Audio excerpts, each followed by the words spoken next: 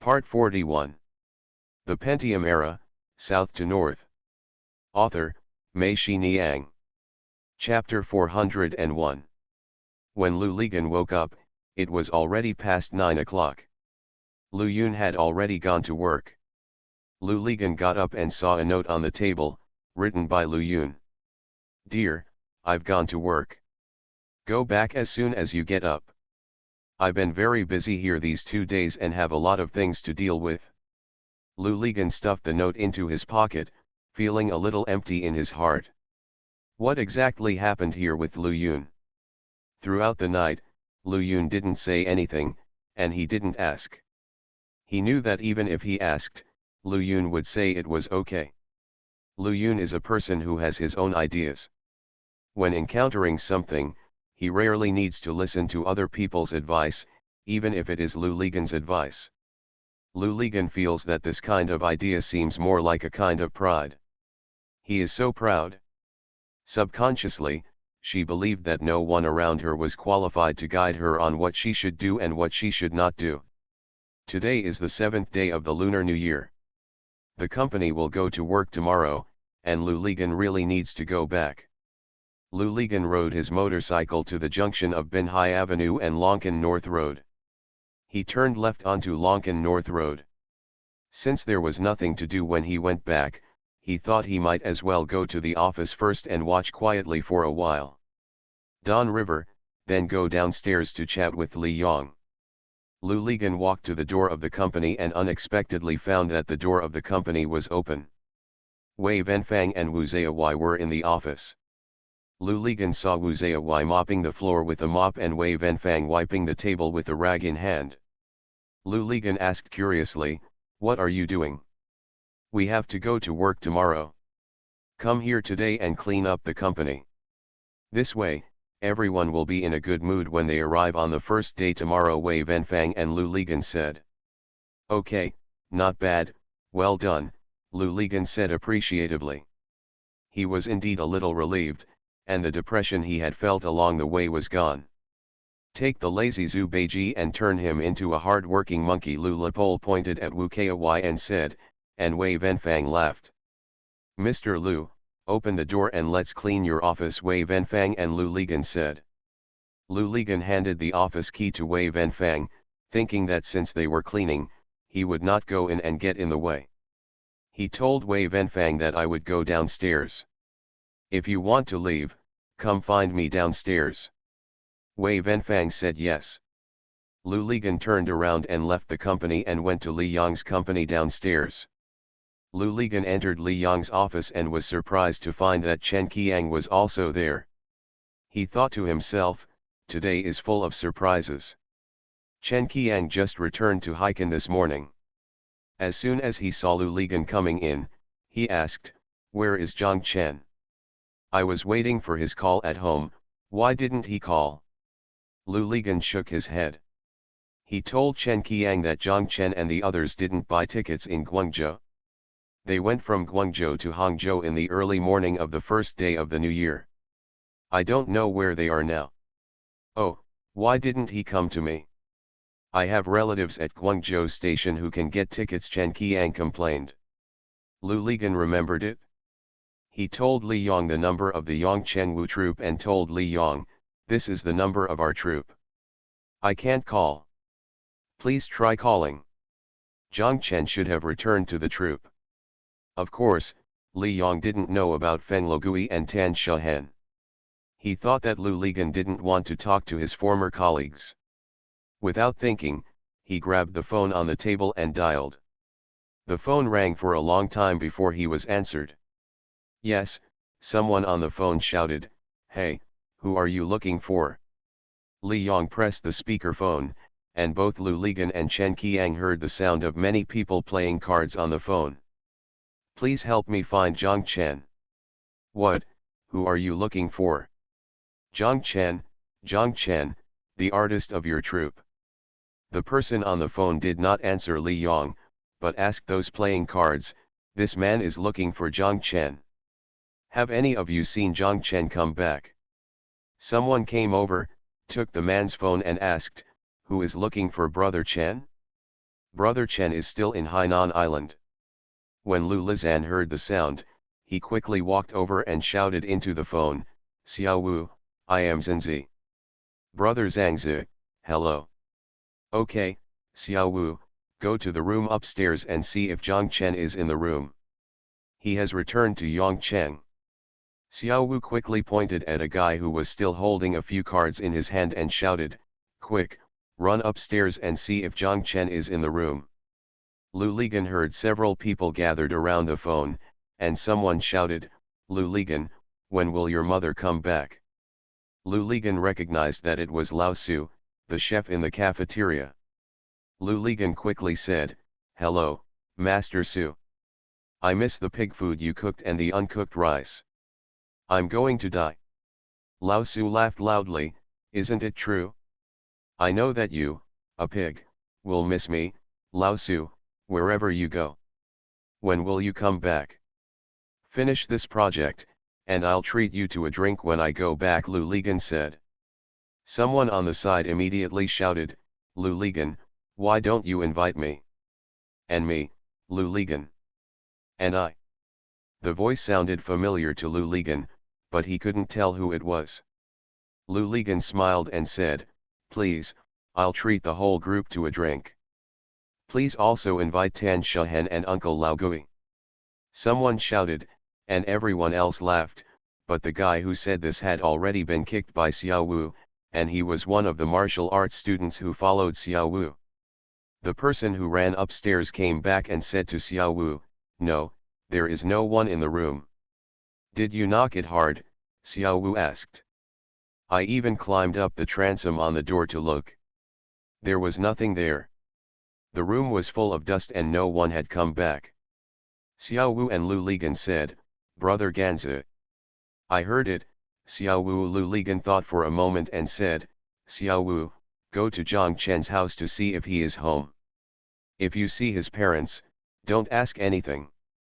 Just say you are still there. I thought Zhang Chen would come back during the spring festival. I understand, Brother Zanzi, what happened to Brother Chen? This, I'll talk to you later. Xiao Wu understood that there were too many people around him and it was inconvenient for Lu Ligan to speak. Xiao Wu asked, then how can I find you after I go? Lu Ligan told Xiao Wu his eldest brother's number. After hanging up the phone, Lu Ligan saw Li Yong and Chen Qiang looking at him and said to them, it's strange. I called Zhang Chen's house the day before yesterday, and his mother said he hadn't come home. I thought he was taking Xiao Zhao back to the troop directly, but there was no one in the troop. No way, Zhang Chen, has it become a habit to play without playing? Li Yong shouted. Wu Zaiwai walked in, returned Lu Ligan's office key to him, and told him that the sanitation upstairs was done. Should we leave first? Lu Ligan said yes. After Wu Zaiwai left, Li Yong and Chen Qiang were both surprised. They asked Lu Ligan, you, an undisciplined driver, have found a position, and he comes to the company to do sanitation. Lu Ligan smiled and said, no, he was escorted here by Wei Venfang. Wei Venfang is a reliable person. The three people all laughed, not knowing whether they were talking about music or people. After another 10 minutes, Lu Ligan's eldest brother made a loud noise. It was Xiao Wu. Xiao Wu told Lu Ligan that Zhang Chen had not returned home and his parents thought he was in Hainan. What happened over there? Xiao Wu asked. Lu Ligan told Xiao Wu roughly about Zhang Chen. Xiao Wu got angry when he heard it and cursed, just do it. Why run away? What do Cao Kuoking and the others do for food? Damn it, I won't tell you, just because I'm afraid you'll scold Cao Kuoking. He's already tried his best, what should he do? Lu Ligan scolded. By the way, Xiao, please pay more attention, Zhang Chen wants to when he returns to Yongcheng, I guess he will return to the troop first. Okay, I understand. I will go to their home in a few days and give you a call when I come back, Xiao Wu said. Lu Ligan hung up the phone and looked at Li Yong and Chen Qiang. The three of them looked at each other. Li Yong thought of the worst outcome. He asked, would Zhang Chen and the others be caught by these people in Guangzhou? Lu Li said it was impossible. If that were the case, these people would be too amazing. Even so, Lu Ligan was still worried that what Li Yong said would happen. He thought for a moment, called Zheng and asked him to come to his company to talk about the supply of sand and gravel. Lu Ligan didn't want Zheng to know that Zhang Chen and the others hadn't returned to Yongchen yet, but if Zhang Chen and the others were really caught by Hong Ganglu and the others, Zheng would definitely know about it, and he would definitely say that they were caught when they came. Hong Gangzin will definitely publicize it in order to show that he has earned his face. Lu Ligan went upstairs to wait for Zheng. When he came downstairs again, he told Li Yong and Chen Qiang that no, Zhang Chen was not in their hands. Li Yong and Chen Qiang breathed a sigh of relief. Although they didn't know where Zhang Chen and the others were now, as long as they weren't caught by those guys, they would be fine. With the two of them together, even if something happened, there would always be someone there. The big brother who beats Lulipol. The Pentium Era, South to North. Author, Mei Xiniang. Chapter 402. Lu Ligan was sitting in Wu Ziyawai's car. When he went to work, he was wondering if there would be another accident today. When he arrived at the company, Zheng Wei had already come to work. After Sun Ho called himself that day, he never called him again, and he never communicated with him about the replacement candidate for the vice president. Could that mean that the candidate sent to Heiken would not change? Or Zheng Wei? Lu Ligan walked into the company and looked towards Zheng Wei's office. He saw that Chen Ji was already in his office, but Zheng Wei's office was still dark. Lu Ligan felt disappointed. He walked into his office, sat down, picked up the phone on the table, and wanted to ask Sun Ho. He just dialed 010 and hung up the phone again. He was worried that he had asked too much. Chin, will Sun Ho be left with a feeling that his reaction to this matter was too great? Chen Ji opened the door and walked in. She asked Lu Ligan, when will Mr. Zheng be back? After all, there is no accurate news from Sun Ho, and Lu Ligan cannot tell Chen Ji that Zheng Wei is not coming. Lu Ligan said. She is in Beijing and has some things to deal with. You can take care of her work first. Chen Ji said okay, I understand. On the 15th day of the first lunar month, a week after going to work, even migrant workers should have gone out by this time, but Zheng Wei still had no news at all. Lu Ligan had already concluded in his heart that Zheng Wei would not come, and the reason why Sun Ho did not discuss with him the candidate to take over was probably because people in his industry were not very willing to work in Heiken. How can Heiken compare to Beijing?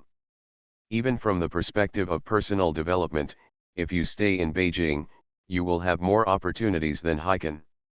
As for their ghost unit, those who have reached a certain level and are qualified to be dispatched as vice presidents are probably all talented people, and they are not the ones who can leave immediately if the leader says to leave. Meng Ping seemed to be more anxious than Lu Ligan. He had already made 2 phone calls to ask when Zheng Wei would come back. He said that some news about what she said had now come. I'm so anxious, and now I'm blind. All kinds of opinions are very confusing. There are all kinds of things. Some are good ones that can make you happy, and some are bad ones that can scare you to death 100 times. No knowing the next direction, should I continue to take this place, Meng Ping shouted on the phone. Mr. Han went back to Hong Kong to celebrate the New Year. When he came back, he called Lu Ligan and told him that he had heard a lot of news when he returned to Hong Kong. Hong Kong newspapers and magazines also released a lot of news. It seemed that the entire mainland, there is going to be a big move. If you have time, come over and have tea. Lu Ligan and Mr. Han said, can I bring a friend over? Okay, Mr. Han said. Wu Ziyawai sent Chen Ji to the bank for business, and Lu Ligan asked Meng Ping to pick him up. Lu Ligan took Meng Ping there. Mr. Han talked a lot with them and showed them the Hong Kong newspapers and magazines he brought back. Lu Ligan saw that the content written on it was the same as what Zheng Wei had told them. It's exactly the same, except that what Zheng Wei said to them is a little more precise, but the general content is not bad. Meng Ping and Lu Ligan felt excited again. The three of them kept discussing enthusiastically until Wen Wen came over to remind Mr. Han that they could take a lunch break. Lu Ligan and Meng Ping then stood up to leave. Seeing this Wen Wen, Lu Ligan thought of Wen Wen and Qian Qian. These two diehards have not come back. I don't know how they are doing now. They didn't even call anyone. They couldn't bear to pay for long-distance calls.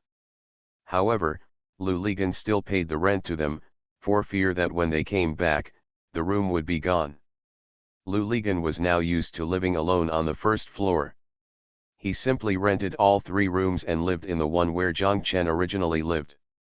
The furniture that was broken by bad guys was still usable after Cao Qiang brought the carpenters on the construction site to repair it. However, the panels in many places were newly patched and looked like scars on the furniture. Cao Qiang Guoqing asked the painter to come and oil it, but Lu Ligan didn't think it was troublesome, so he said it would be fine if it works, no paint. Meng Ping and Lu Lipol got into the car, and Meng Ping sighed. Hey, what we just read are Hong Kong newspapers and periodicals after all. We still can't believe it 100%. It would be great if Zheng Wei were here, Pol. Now I really look up and see the Big Dipper, and I miss political commissar Zheng in my heart. Lu Ligan couldn't help but scolded, damn it, aren't you in love with her? Nonsense, how can I, Meng Ping, fall in love with others casually? Meng Ping said, it is easy to shake a mountain, but difficult to shake Meng Ping. Lu Ligan knew that Meng Ping was saying that his ex-girlfriend still lived in his heart. Cao Zia, he said from the front, Lao Meng doesn't dare. If Lao Meng dares to fall in love with a woman, the people in our company will tear her up. Lu Ligan laughed loudly, Lao Meng is in the company, and now he is a giant panda. Almost Cao Zia, he said. Meng Ping chuckled. On the weekend, as soon as Lu Ligan stepped into the house, the phone rang. It was Lu Yun. As soon as the call came through, Lu Yun asked, where are you? Lu Ligan told her that he had just arrived home. Where is your home? I'm coming over now, Lu Yun said. Lu Ligan told her where he was and told her that he was in a certain lane and number in Binya village. Wait a minute, I'll find some paper and take notes. Forget it, forget it. I'll wait for you at the intersection where Binhai Avenue enters Binya village. You ask the driver to take you here, Lu Ligan said. Lu Yun said hello and hung up the phone. Lu Ligan walked out of his room and subconsciously looked towards the corridor where Wen Wen and Qian Qian used to live. He thought to himself, darling, luckily it is today. If only last year, Lu Yun would have insisted on coming to his room. If the place is not available, it would be embarrassing. He still remembered the night when he, Lu Yun, and Zhang Chen were eating hot pot on Daying Road. It was Zhang Chen who helped him out and arranged for them to stay at Wanghai International Hotel. Lu Ligan went downstairs and looked at the motorcycles in the yard. He didn't ride one. It was only a short walk from Binhai Avenue. At this time, the stalls on the street in front were also set up, so the two of them could stop by. Go shopping. Lu Ligan stood at the intersection from Binhai Avenue to Binya village, looking in the direction of the car. It was almost dark. At this time, people were rushing to various dinner parties. There were a lot of cars on the road. Lu Ligan looked for Lu Yun's car in the traffic. A taxi stopped in front of him. Lu Ligan thought someone was about to get out of the car and took 2 steps back. However, he saw Lu Yun getting out of the car and hurriedly greeted him.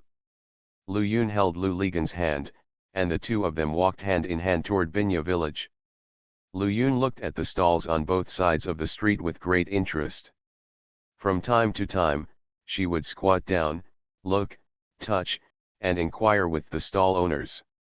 Price. As the two of them walked along like this, Lu Yun and Lu Ligan said, the place you live in is nice and full of fireworks. Why didn't you bring me here earlier? Lu Ligan said with a smile, I'm afraid you'll laugh in this remote country. What are you kidding me about? There is a small street like this downstairs from my house, but there are more hot pot restaurants than here, Lu Yun said. They passed by the billiards stand, and the ghost and the others were playing billiards. They saw Lu Lepole coming over with a beautiful girl, holding hands. Someone put his fingers in his mouth, whistled, and someone made a strange scream. The ghost raised his hand. He raised the billiard cue in his hand and asked Lu Li. Boss Lu, would you like to play a game? Before Lu Ligan opened his mouth, Lu Yun beside him shouted, Okay, let's have a round. The two people walked over, and a young man standing by the pool table handed the cue to Lu Li. Unexpectedly, Lu Yun snatched the cue away and said, Here I go, I haven't played billiards for a long time. Seeing that a beautiful girl like Lu Yun wanted to compete with that ghost in billiards, many people on the street gathered around to watch. Lu Ligan stood aside with great interest, thinking to himself, Lu Yun is a woman anyway, so she will lose. There is no shame in being miserable. Unexpectedly, Lu Lishan and everyone around him were shocked as soon as he teed off. Lu Yun's skills were very good, but on her fourth shot, she cleared all the balls on the table with one shot. Lu Yun and the ghost, who had not yet reacted, said, You pay the billiards fee. The loser pays the billiards fee. This is also the rule of street billiards. It seems that Lu Yun knows everything. Lu Yun took Lu Ligan's hand and left. The two people walked out a few steps, and there was a burst of clapping from behind. Lu Ligan smiled and said, I've seen it before, but I didn't expect you to be such a powerful character. What's the matter?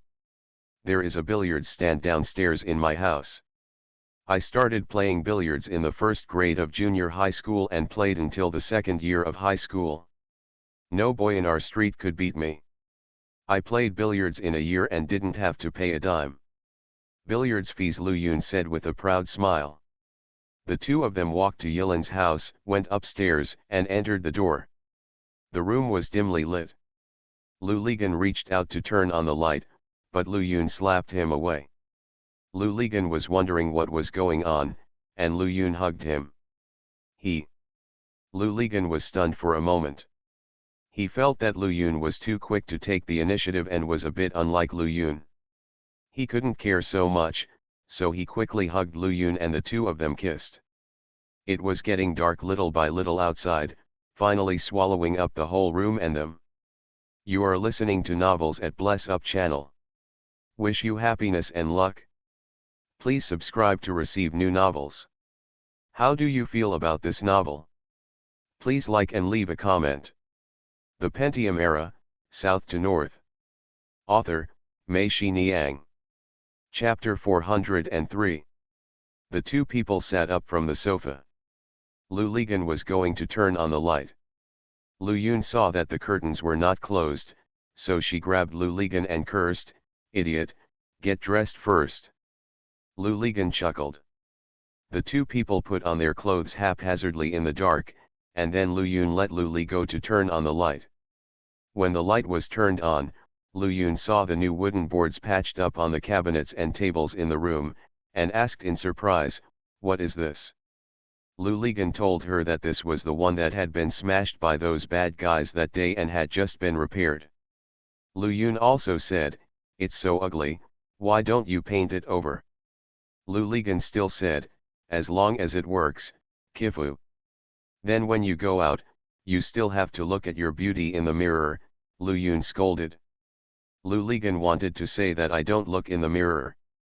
When he lowered his head, he found that the t-shirt he was wearing was worn backwards in the dark. Lu Yun also noticed it, and the two of them laughed. Lu Ligan took off his t-shirt, and Lu Yun shouted, Don't take it off, as long as you can wear it, change your butt. Lu Lepole pointed at her and said in the tone of a veteran cotter, You kid, you are naughty again. Lu Yun tilted her head and said in a high-pitched voice, imitating the voice of a child in the cartoon The Fisher Boy, Grandpa, I'm hungry.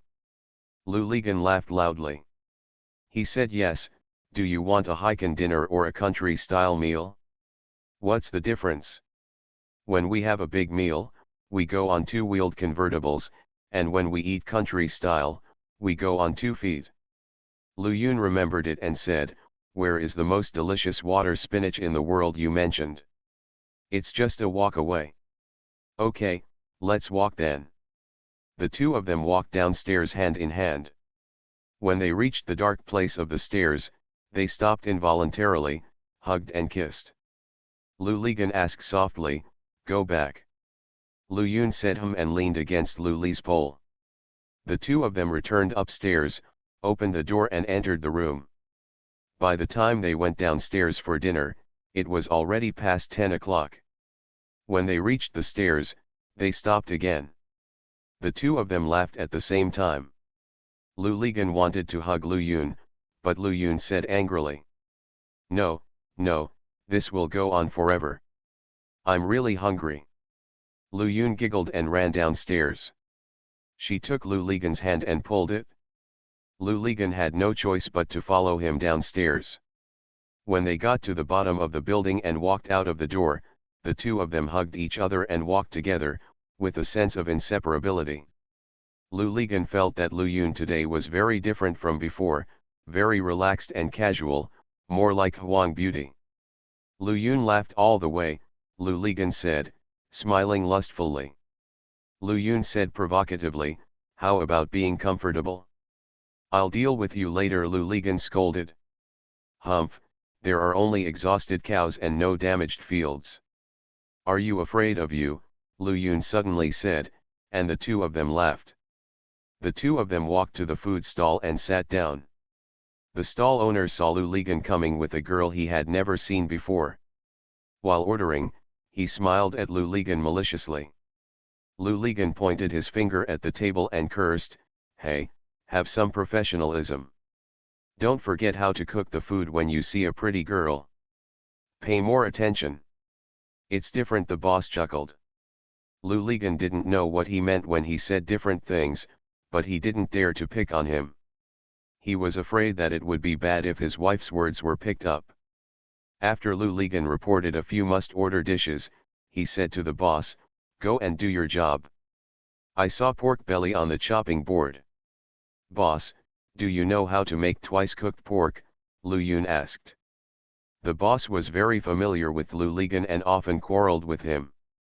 When Lu Ligan came, he became a little glib. When Lu Yun asked, the boss said to them, twice-cooked pork? That happens to be my specialty.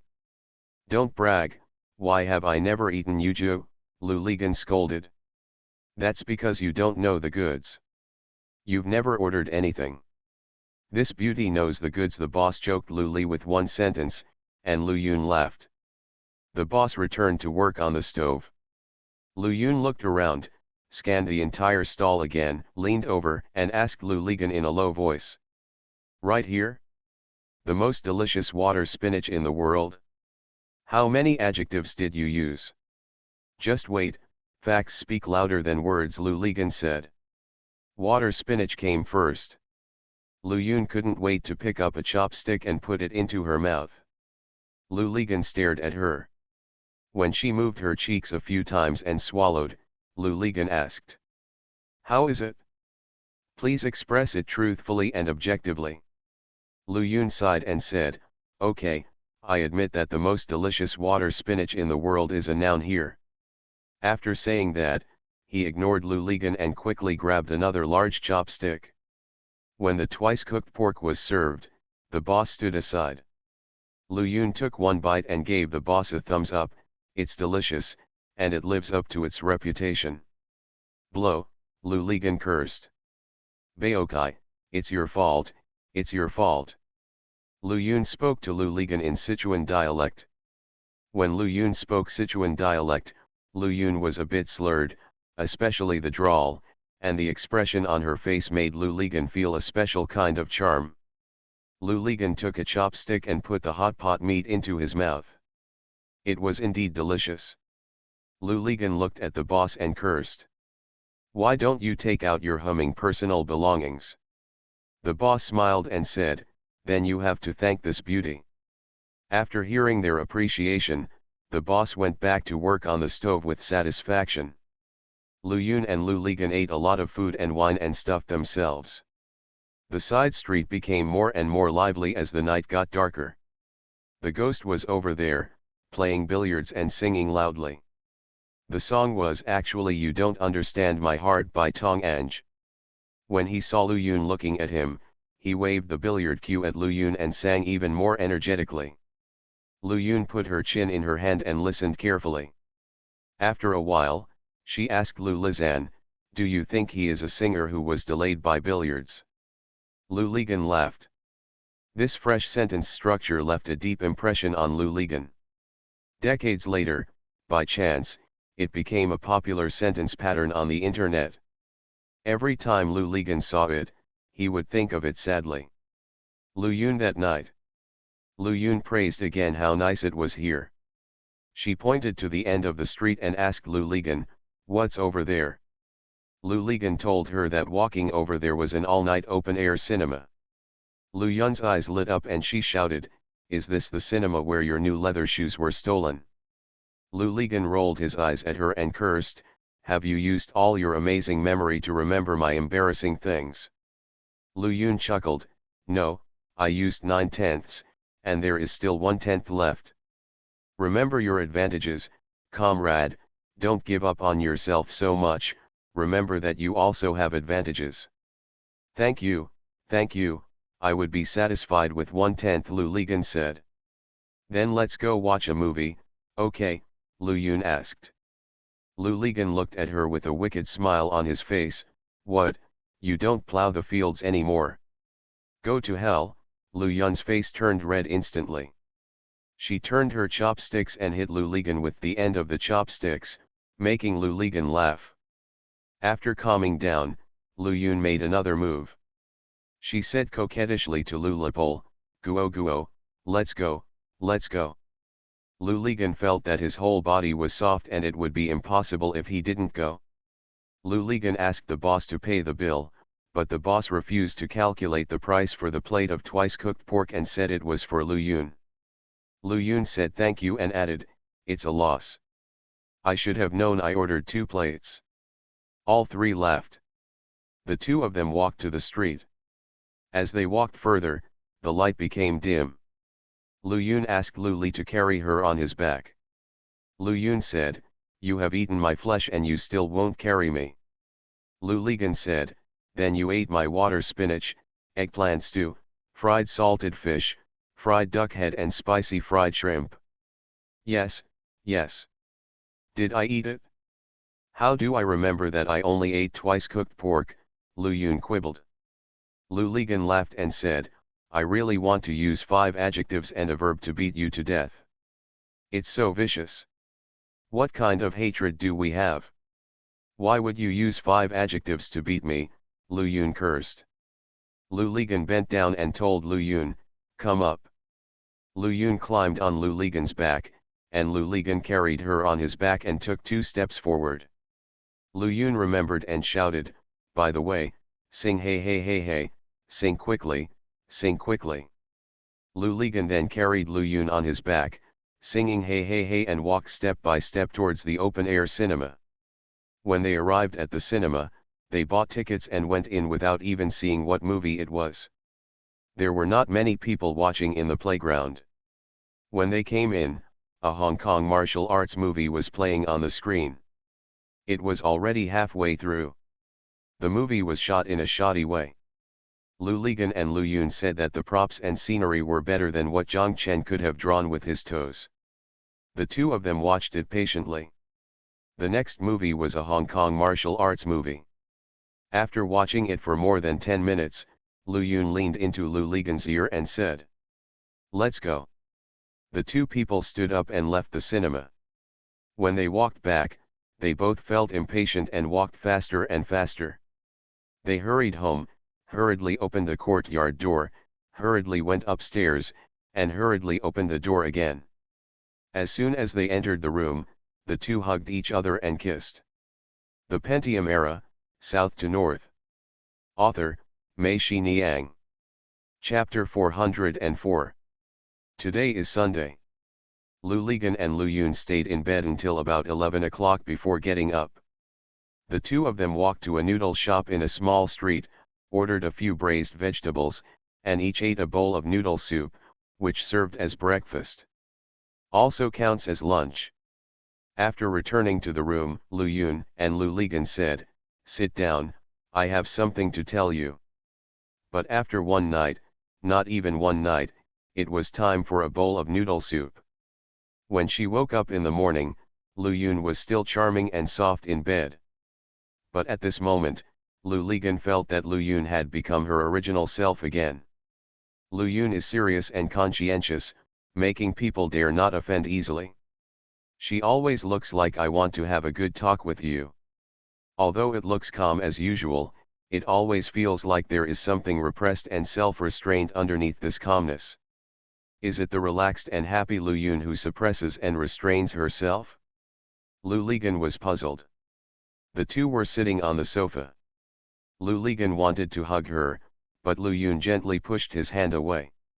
Lu Yun said softly, "Sit tight, I really have something to say to you." "Then just say it." Although Lu Ligan was upset in his heart, he was still smiling casually on the surface. Lu Yun looked at Lu Ligan and frowned slightly. She seemed to be considering every word, thinking about how to express what she wanted to express clearly. "Do you think we will have a future?" Lu Yun asked. "What's the meaning?" "I mean, do you think we can keep going?" "Sure. Don't be so casual and perfunctory. Speak seriously. Think carefully before speaking. Don't be worried or force it. I just want to hear the truth."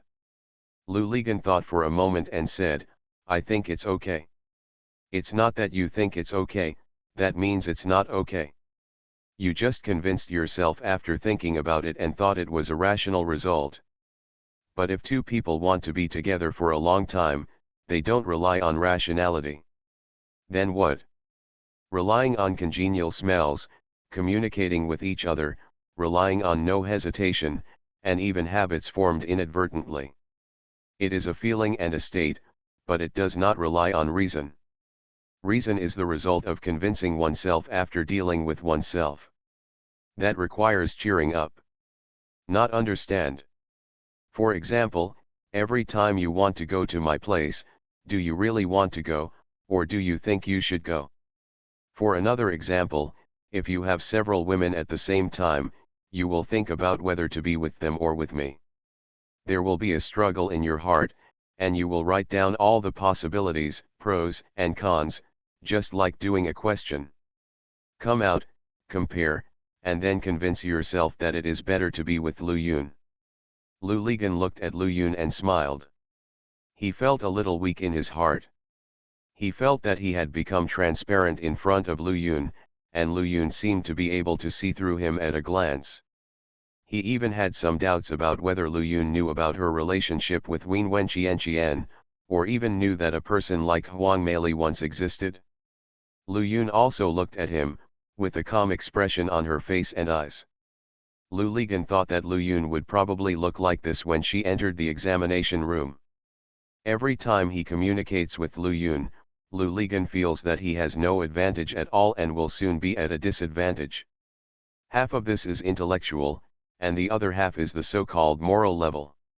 Everything about Lu Yun is blameless, but Lu Ligan himself is always so incompetent, which makes him lose the courage to defend himself. Lu Yun continued, "Don't think that the result of this comparison is reliable.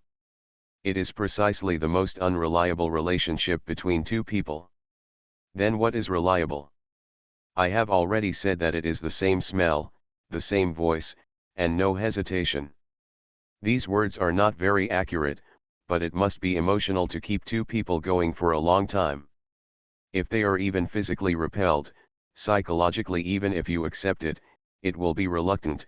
It is a relationship modified by rationality, and it is destined to not go far. What about another example? For example, when Zhang Chen and Jin Lily were together, I was not optimistic about them. Even if you say how many years they have been together and how good they were before, They are always fragile, and it will only be a short time to break up, so I don't think so at all. I'm not surprised about Jin Lily and Lao Xia. Do you know why? Why? Since they have been well for so many years, why do I still feel that they are two separate individuals when I see them? Lu Ligan smiled and said, they are two separate individuals. No, you are wrong. Lu Yun shook her head. If it is really good, two people will become one, just like Zhang Chen and Xiao Zhao. I am optimistic about them. I think they can last for a long time. Integration is what it feels like, is that there is no turning back. One party will sacrifice everything for the other party, because if he doesn't do it, he will feel that he is not complete. Lu Yun sighed and said softly, I envy them very much. After Lu Yun finished speaking, she fell silent, and Lu Ligan was also silent. He was thinking about what Lu Yun said, and he felt that he couldn't keep up. I can't do it, Lu Yun said. What? I said I can't do it without looking back. After a pause, Lu Yun said, you can't do it either, let's not deceive ourselves. What's the meaning? Lu Ligan asked Lu Yun. Lu Yun bit her lip and frowned. She said, we can't go far, Pol. Let's break up. Lu Ligan's heart froze. He didn't expect that Lu Yun would say this. He looked at Lu Yun blankly. Lu Yun stretched out her hand, touched Lu Ligan's face, and said slowly. You are not a bad person, and you are not only 1/10 of your merits, but you will not be my lover, and I will not be yours. We were wrong. Why did you suddenly make this request? Lu Ligan was a little confused, but he still asked. Lu Yun smiled sadly and said, actually, it's not sudden. I've been thinking about it for several days. After the new year, I encountered some things at work. What's the matter? Lu Yun shook her head and said, it's nothing. It's all over now. After being silent for a while, Lu Yun said, this is the problem. When I encounter these things, the first thing I think of is not to tell you and ask you to help me share the burden, but to choose to find a way to solve it myself. That must be because I feel that talking to you won't help. You didn't even tell me, how do you know it won't help? I know it's useless to say it, so I won't say it anymore. Fortunately, it's all over now, Pol. I'm leaving Hainan. Ah, Lu Ligan was shocked and asked, where are you going? Back to Sichuan. No, go north to Nanjing.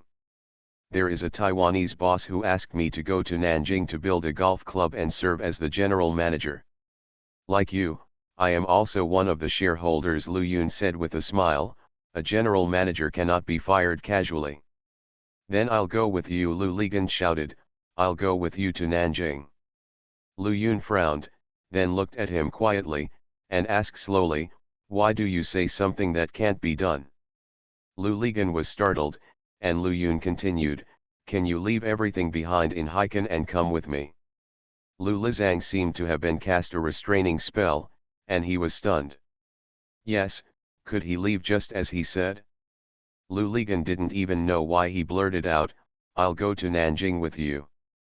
Did this night of rubbing shoulders make him feel more attached? Lu Yun smiled and said, you can't do it, Pol. This is what I mean by no hesitation. I don't blame you. Really, because I can't do it either. I can't put aside my work from now on. Everything, just like Xiao Zhao, come back here, cook food and wash clothes at home every day, waiting for you to come back. Why not? Lu Ligan asked blankly. I won't feel at ease. Lu Yun looked at Lu Ligan, her eyes became a little cold. You are not the person who can make me feel at ease. After hearing this, Lu Ligan knew that he and Lu Yun were over. Yes, Lu Yun was right. He didn't want to deceive Lu Yun or himself. He was indeed not the person who could make Lu Yun stay at home with peace of mind. I am not Zhang Chen, and Lu Yun is not Xiao Zhao. If Lu Yun was at home every day, she would not be able to do it, even if she could go home on time for dinner every day, let alone restrain her habit of flirting with women. As time goes by, they would not get better, they would only to make matters worse. All kinds of contradictions will start from daily trivial matters, grow like weeds, until they are completely buried. Lu Yun took Lu Ligan's hand and told him, "I'm leaving, please see me off and walk me to the intersection outside." "When are you leaving?" "Oh, I mean, to Nanjing. They want me to go as soon as possible. I have already bought a ticket to Shanghai at noon tomorrow. The Taiwanese boss and 2 other shareholders will pick me up at Hongqiao Airport." Lu Yun stood up, while Lu Ligan was still sitting there. Lu Yun took his hand, shook it, and asked, "Why are you so heartless that you won't even send me to the intersection?" "Wait a minute, I'll call Wu Zayawai and I'll take you back to the club." "No, I'll take a taxi back. In the evening, there will be a farewell dinner at the club here. I am coming too." "No, I might cry then. I'm so ugly. Just remember me like this." Lu Ligan looked at Lu Yun, who smiled at him. The Pentium Era, South to North. Author, Mei Xiniang. Chapter 405. The farewell dinner for Lu Yun was held in the private room of their club restaurant. The chairman and his wife, the newly appointed general manager of his brother-in-law, Lu Yun, and several club executives gathered at the table. Lu Yun chose to leave on her own, which suited the wishes of the chairman's wife and brother-in-law. The chairman himself is a little worried about whether Lu Yun's departure will affect the club's operations, but at this point, you can't say that even if he leaves, you won't let him leave with dignity and dignity. If it's this extreme, it will force people to fight back desperately. Since it's hard to collect the water, it's better to turn it into spring rain, so he, like the other 2, pretended to show his regret, pretending that it's not that we are sorry for you, but in fact, you want to climb a new branch and we don't want to spoil your good deeds. Those senior executives, with the chairman, his wife, and the new general manager present, didn't even dare to express anything, so they just picked a few words to express themselves. A table full of hypocrisy and high-handedness made the dinner end in a relaxed and friendly atmosphere. There was no scene that could make Lu Yun cry. After the dinner, those who should be busy continued to do their work. Lu Yun returned to her office alone, closed the door, and sat quietly in the office for a while. There were faint sounds of the practice field in the distance. Lu Yun looked out the window. There were scattered lights on the court. In the lights, there were workers who continued to maintain the lawn of the court at night. Lu Yun sighed softly and looked around. She was familiar with everything in the office. Even if she closed her eyes, she could go to any corner and get whatever she wanted. Lu Yun felt a little nostalgic in her heart. The Taiwanese boss had actually been in contact with her last year. He was also a VIP client developed by Lu Yun personally. A Taiwanese boss made a lot of money by working as an OEM for American companies when the Asian tigers were booming. He believed that the OEM industry would gradually move out of Taiwan and develop into the mainland. His future should be on the mainland. He is also optimistic about the future golf market in mainland China. Golf is a leisure activity for the middle class. It is different from popular industries such as bowling and KTV. It does not seem so popular now, but its sustainability has been confirmed. What has been verified by developed countries will not be eliminated so quickly. Mainland China has a huge population base. As the economy develops, a large number of middle classes will inevitably be created. These are all potential customers of golf clubs. In mainland China, there were no more than 10 golf clubs open at that time, all concentrated in Guangdong and Hainan. The situation of each golf club was very clear to each other. Lu Yun's prominent background in the Chinese department of Peking University and her beautiful appearance, as well as allowing a family to run it, a club that was in difficulty, came back from the dead, and is now full of vitality. This has been spread by word of mouth among everyone in their industry. She can be said to be a leader in this industry. Talents in this industry are already very scarce. Coupled with Lu Yun's reputation, Taiwanese bosses who want to invest in golf courses in mainland China will of course think of her first. The Taiwanese boss first became a member of Lu Yun's club to get close contact with Lu Yun, and also used this opportunity to examine Lu Yun's work ability from a close distance. In several contacts, he did not reveal his intention to poach Lu Yun, or even revealed his intention to invest in the golf club. He was waiting for an opportunity, but when the opportunity did not come, he felt that it would be difficult to poach Lu Yun.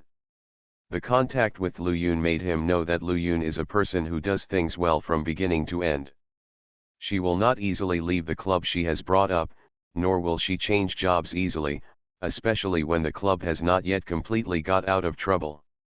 Will leave. This woman is very clear about what she wants to do, her direction and goals. For such a person, it is even difficult for you to impress her with material things. It wasn't until the Spring Festival this year that the Taiwanese boss learned about the personnel changes of Lu Yun and his club through his own secret channels. He knew that the time had come for him to poach Lu Yun. He knew that Lu Yun and his short-sighted fish-catching boss had taken advantage of others. Prepare to kick him away, even though Lu Yun is still claiming to be the general manager. Some people are always like this. After starting their career, they will blindly feel that all these are not due to the efforts of many people, but entirely due to their own abilities and good luck, and their career will be smooth sailing from then on. The Taiwanese boss rushed over from Taiwan immediately, found Lu Yun, went straight to the point, and proposed his invitation. Lu Yun indeed agreed to his invitation. Lu Yun found a paper box and put her personal belongings in the desk drawer and cabinet into the paper box. Lu Yun sat down in front of her desk, flattened her palms on the desk surface, and rubbed it gently. Goodbye, these things every day, everything familiar that accompanied her. She sighed, and when she felt her eyes were a little moist, she quickly stood up. Lu Yun walked to the door with the cardboard box, turned around, took one last look at her office, opened the door and walked out, leaving her office key on the door. Lu Yun crossed the road outside, walked to the dormitory building opposite, and went up the stairs. At the top of the stairs, she saw a familiar figure standing in front of her door. Lu Yun walked over and asked, "Why are you here?" Lu Lizan was a little embarrassed, and smiled nervously, "I really want to come this time." Lu Ligan took the carton from Lu Yun. Lu Yun opened the door and went in. Lu Ligan followed. He saw a large suitcase already packed and standing there on the floor of the room. Lu Ligan put the carton on the table and asked, "Has everything been packed?" Lu Yun said, The two people stood there facing each other, looking at each other. They both laughed. This smile was bitter. The two people took a step forward almost at the same time and hugged each other. Tears finally flowed down Lu Yun's eyes, and she sobbed softly. While Lu Ligan was still lying on the bed, he had already detained Wu Zayawai and asked him to drive over to pick them up. The two of them got up, washed up, packed the last things to be packed into suitcases and bags, sat down, and had breakfast together. Wu Zayawai brought the breakfast. He sent the breakfast upstairs and then went back downstairs to get in the car. The two of them ate in silence. No one spoke. The atmosphere was very depressing. Lu Yun did not even dare to look at Lu Ligan. She was afraid that she would cry again. It would be too ugly. Lu Ligan carried the big suitcase and Lu Yun carried her bag. The two of them walked out and were stunned. There were people in the corridor outside. They all knew that Lu Yun was leaving and came to see her off. They didn't dare to go. Lu Yun said goodbye to her office, fearing that the new general manager would see her and leave clues. Lu Yun turned around and closed the door, put the key into the keyhole and left it on the door. Lu Yun smiled, shook hands or hugged everyone, and there was a gentle sobbing in the corridor. Lu Yun kept telling them that it was okay, and I would come back to see everyone. When they reached the first floor, there were still people. Lu Yun held back her tears and continued to say goodbye to everyone. Everyone surrounded them and followed them to the car. They got in the car. Lu Yun could no longer hold back, tears rolled down her eyes. Lu Ligan passing the tissue to Lu Yun turned her head and shouted to Wu Zayawai. Let's go. Wu Zayawai started the car and drove out of the courtyard of the dormitory building. Wu Zayawai looked in the rearview mirror and saw many people following him out of the hospital and standing on the road. After completing the check-in formalities and checking in the luggage, Lu Ligan accompanied Lu Yun to the security checkpoint. The two of them stopped, facing each other. Lu Yun and Lu Ligan said, "Where are Li Yong and Chi Hang? You can take my place, farewell, I haven't told them yet." Lu Ligan said yes, he said, "Call me when you get to Nanjing." Lu Yun didn't say anything. She tilted her head and thought for a while, then turned back to Lu Ligan and said, "It's better not to let us forget each other in the world." But okay, come on, let's give her a final hug. Lu Yun opened her arms, and Lu Lizan hugged her. Lu Yun stood on tiptoe, leaned close to Lu Ligan's ear and whispered, "I will still miss you, thank you." Lu Ligan wanted to say something, but Lu Yun had already let go of him, turned around and walked towards the security check channel. Lu Ligan was standing there.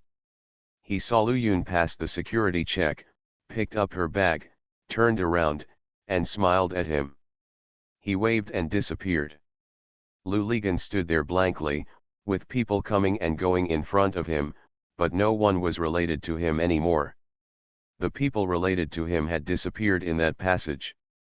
He suddenly thought that in this ghost airport, when he came to pick up people, he always couldn't pick them up. When he sent people off, why the hell did the people he sent away always disappear completely? In the past it was Huang Meili and Zheng Wei, today it is Lu Yun. Li Yong and Chen Qiang ran over, and Li Yong asked, "Where is my sister?" Lu Ligan smiled bitterly, "Let's go." Chen Qiang scolded, "Pole, why didn't you tell us earlier?" "Lu Yun won't let me." Lu Ligan continued to smile bitterly. He felt that he would have no other expression except laughter. He asked, "By the way, how did you know?" Chen Qiang glared at him, and Li Yong grabbed Lu Ligan's collar and shouted loudly, "What the hell is going on between you and my sister?" You are listening to novels at Bless Up channel. Wish you happiness and luck. Please subscribe to receive new novels. How do you feel about this novel? Please like and leave a comment. The Pentium Era, South to North. Author, Mei Xiniang. Chapter 406. Chen Qiang and Li Yongyang left in a hurry, while Lu Ligan stood there for a while before leaving. After getting into the car, Lu Ligan asked Wu Zayawai, "Did you call Li Yong and Chen Qiang?" Wu Zayawai said yes. "I didn't see them when I got here. I think if they didn't know, they would definitely scold you to death." "I've already scolded you," Lu Ligan said with a bitter smile. "Deserve it? Did you humming talk to your boss like this?" "So what?" Lu Li's pole stopped ringing. "Yes, so what? You will regret it after a while," Wu Zayawai said. Lu Ligan looked at him and asked curiously, "What do you regret?" "Yes, you do have many women, but if you think that you can meet a good woman anytime, then you are wrong. Even if you are the boss, you are wrong. Yes, you can still say such philosophical words. Fart. What? The philosophy of fart is the principle of being a man. Mr. Lu is a good woman. You have been bullying her. It is you who are sorry for her. If I were her brother, I would definitely beat you up. Say it like you can beat me. You." One hand. Wu Zayawai glanced at Lu Ligan and said disdainfully, "You are the boss. I usually let you go. If we really fight, one hand is enough. I am in our hydraulic machinery factory, and fighting is not the best famous." "What the hell is your hand?" Lu Ligan said and swung it over. This time Wu Zayawai did not dodge, but held the steering wheel with his left hand. He raised his right hand and grabbed Lu Ligan's wrist, pinching him. "It hurts." Wu Zaiwei shook his hand away and said disdainfully, "You are not good at fighting, so you will bully Mr. Lu. You, just mind your and Wei Venfang's business. Wei Venfang is also a good woman. I am willing to do whatever she asks me to do, even to the death.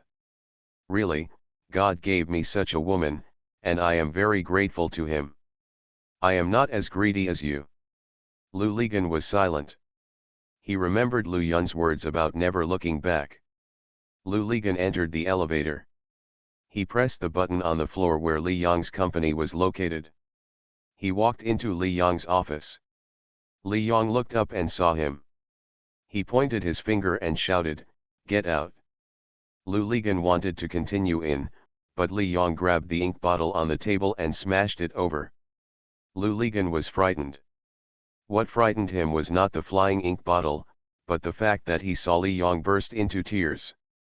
Lu Ligan retreated to the corridor, and everyone in the office next to him came out. Lu Ligan thought for a moment, and then walked to Chen Qiang's office. Chen Qiang's reaction was not as big as that of Li Yang. When he saw Lu Ligan coming in, he first asked him to sit down, and then asked him, "What is going on between you and Lu Yun?" Lu Ligan smiled bitterly and said, "I don't know either. I only know that the two of us broke up." "So, she was angry with you?" "No, she initiated the breakup." "Where is she going?" "Nanjing, they said they were going to open a club." "She is also the general manager and a shareholder." Chen Qiang shook his head. He said it was impossible. Lu Yun was not the kind of person who would be moved by a small profit. There must be other reasons. "Do you know the reason?" Chen Qiang asked. Lu Ligan shook his head. "Then why didn't you tell us earlier?" Lu Ligan muttered, "It's really Lu Yun who didn't let me tell you." "Are you a pig? Do you know why Lu Yun didn't let you tell us?" "She was just afraid that we would shake her determination to leave Chen Qiang's side. It seems that you don't want to keep her, right? Otherwise you would have done it a long time ago. Come to us and let us help you persuade Lu Yun." Lu Ligan was silent. He wanted to say no, because he knew in his heart that breakup was inevitable and no one could restore it. "Have you been to Li Yang's place?" Chen Qiang asked. "I went and was almost hit by his ink bottle." Lu Ligan smiled bitterly. "Don't blame Li Yang, you don't know how deep the relationship between him and Lu Yun is," Chen Qiang said. "When he first arrived at school, Lu Yun was the school belle, and all the stars were in the sky. Yangzi was just a country bumpkin from the mountains of Guizhou. He is very poor, has low self-esteem, and often cannot even eat. No female classmate looks up to him, only Lu Yun always takes him to play, and at the end of the month, she takes him to the cafeteria to eat together every day. Yangzi swore to protect Lu Yun for the rest of his life. He thinks that you bullied Lu Yun and has let you go without fighting with you. Do you understand?" Chen Qiang added. Lu Ligan nodded, stood up, and returned to his company. Lu Ligan sat in the office all afternoon, sitting blankly. He tried his best to persuade himself not to think about Lu Yun, but he always thought about Lu Yun. He counted the time, and Lu Yun should have arrived in Shanghai by now. But Lu Ligan didn't know her next itinerary. Whether she would continue to Nanjing or stay in Shanghai for a few days, Lu Ligan had no idea. All the clues about Lu Yun were cut off by Lu Yun after arriving in Shanghai. Lu Ligan stared at the big brother on the table. He hoped that what Lu Yun said about forgetting each other was a joke. Since she and him later she said that she would miss him, so how could she forget him in the world? Big brother called several times, but none of them were from Lu Yun. One time it was from Xiao Wu. He told Lu Ligan that Zhang Chen still hadn't returned to Yongcheng and he had just visited his house. Lu Ligan smiled bitterly. He thought, what the hell, why are there so many missing people around him all of a sudden? Is it fun to be missing? After calming down, Lu Ligan felt that he missed Lu Yun, not just a little bit, but more and more. He thought that if Lu Yun stood in front of him now, he would definitely follow her without hesitation. Lou Ligon was scolding himself, why do you think about every woman more and more after losing her, and then you know how to cherish it? Whether it is Tan Shahan or Huang Mei, or Lu Yun, when we are together, you are always carefree and don't take it seriously. You won't feel the pain until you actually break up, but at this time, you don't even have the chance to look back. It seemed that Wu Kai was right when he scolded himself. This unfashionable guy was much more troubled than himself in this regard. He knew what was good and needed to love it wholeheartedly. Lou Ligon was in the office and sat until it was completely dark outside, then he stood up. Lu Yun never called him, whether it was mobile phone or landline. It seemed that she had really decided to forget about him. Lu Yun asked him not to say anything that he couldn't do, but she herself would do it if she said it. She said, let us forget each other in the world, and she will really forget. The world of two people will no longer overlap. She has her scenery, and you are left with yours. Lou Ligon walked out of the office and saw Wu Zayawai still sitting there alone. Lou Ligon looked at his watch. It was already past 8 o'clock. Lou Ligon asked, why didn't you leave? Waiting to see you off.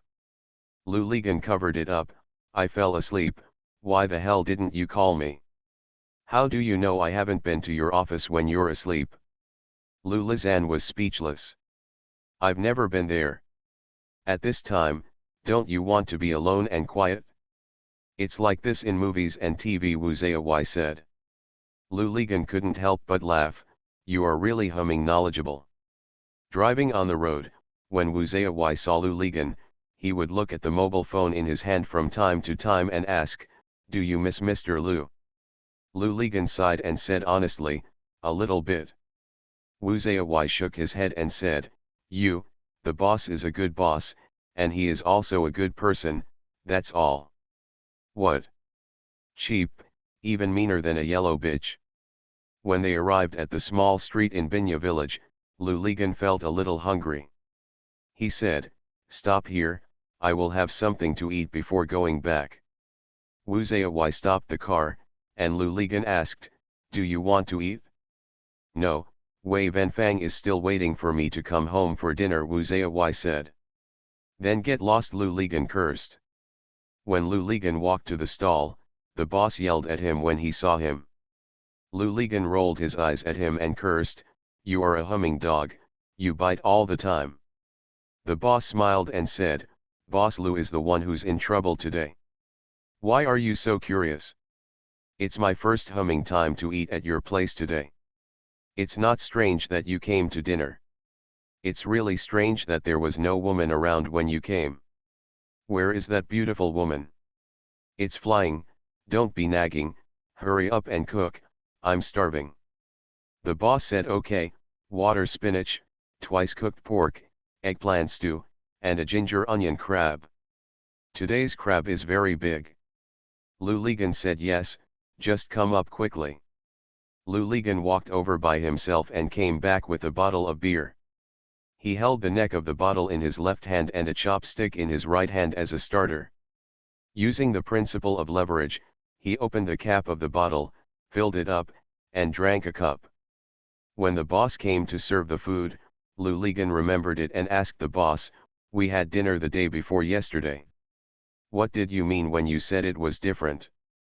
It's just different, the boss smiled, the girl you brought is different from the girls in Binya village. The Pentium Era, South to North. Author, Mei Shi Niang. Chapter 407. Zhang Chen borrowed a mattress and 2 quilts from the Red Flag Hotel. Sister Gihua also found 2 new pillows, pillowcases and sheets from the warehouse. She helped Zhang Chen tie them on the school bag rack of the bicycle. And told Zhang Chen, you go, let Xiao Zhao come to work the morning shift tomorrow. Zhang Chen agreed, and he asked Sister Gihua, what time is the morning shift? Here, because we can sleep, the evening shift lasts 10 hours, from 9 p.m. to 7 a.m. every day. The morning and middle shifts are both 7 hours, and the morning shift lasts from 7 a.m. to 2 p.m. Okay, I understand, thank you Sister Gihua. By the way, I'm still working the evening shift today. Xiao Zhao will pick up my shift tomorrow. Let her come later. Don't be anxious. I just moved and the house needs to be tidied up. Zhang Chen nodded and said yes, I will talk to Xiao Zhao. Zhang Chen pushed his bicycle out of the gate and came back. He asked Sister Gihua, how do you go back? Or I'll take you home in my car first and then come back to pick up your things. No need, I walk back and forth to work every day. Just cross the bridge a little bit, Sister Gihua said with a smile. When Zhang Chen got home, Xiao Zhao had mopped the floor twice. Zhang Chen looked at the room and saw that it had changed. Near the innermost part of the room is an old-fashioned sleeping bed with a screen on 3 sides. This bed was either a product of a wealthy family in the past or used by ordinary people. The screen is not carved with figures, landscapes, flowers and birds, but a story was painted on a wooden board. Although the painter was crude, it was also clumsy and interesting. The paintings are all well-known Chinese folk love stories, which are also the repertoire of Zhang Chen and his troupe. Zhang Chen saw that on the front screen there were butterfly lovers, romance of the West Chamber, cowherd and weaver girl, and the legend of the white snake. On the side, there were peacocks flying southeast, phoenix seeking the phoenix, and Chang'e flying to the moon.